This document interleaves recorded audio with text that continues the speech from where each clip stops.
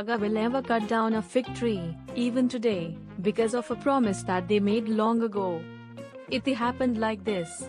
Once a young Naga had to walk through a thick jungle on a journey from his village, across a high range of mountains.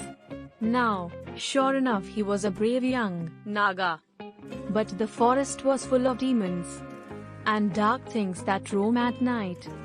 The Naga knew that these creatures attacked only from behind, as they were afraid of sharp things like knives.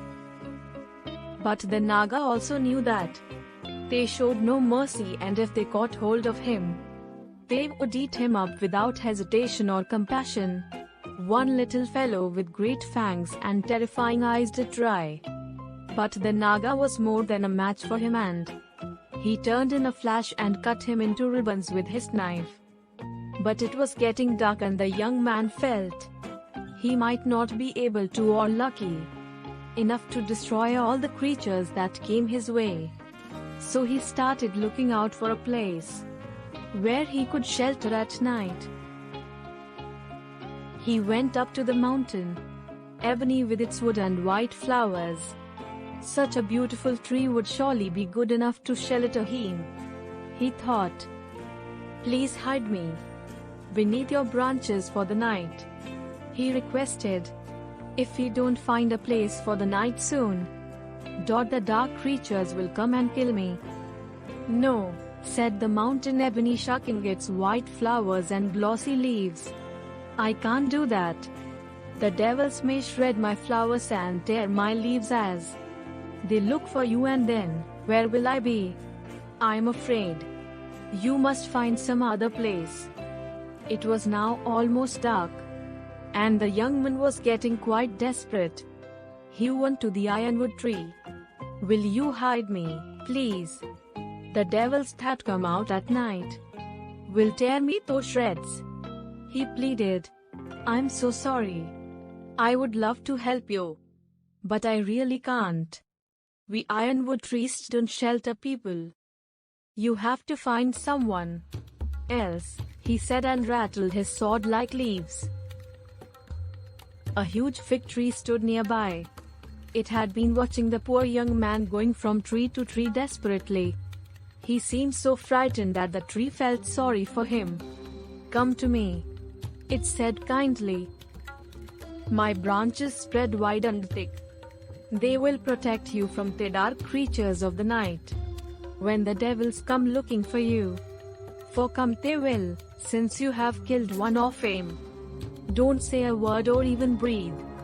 Keep absolutely still and leave the rest to me. So the young man crept under the thick branches of the tree, and then slipped in between them till he was well hidden.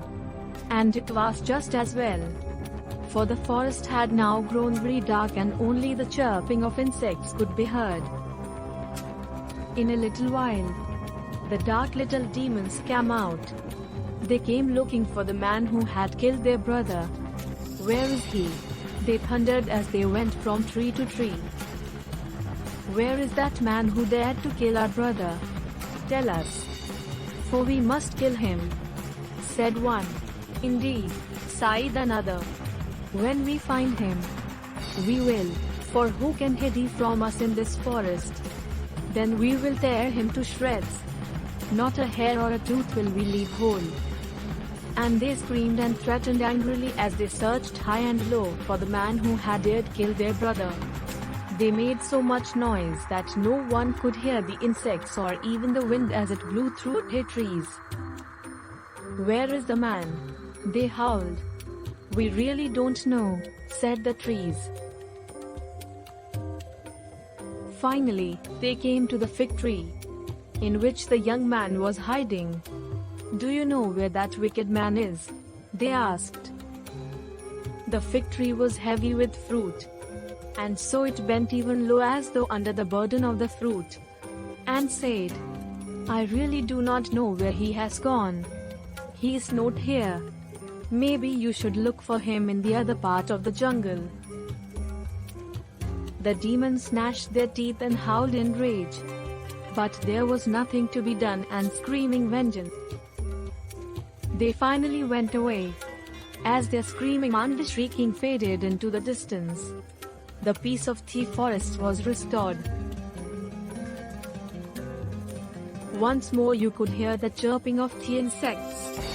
Then, when all seemed normal, the young man jumped out from between the branches and hugged their fig tree.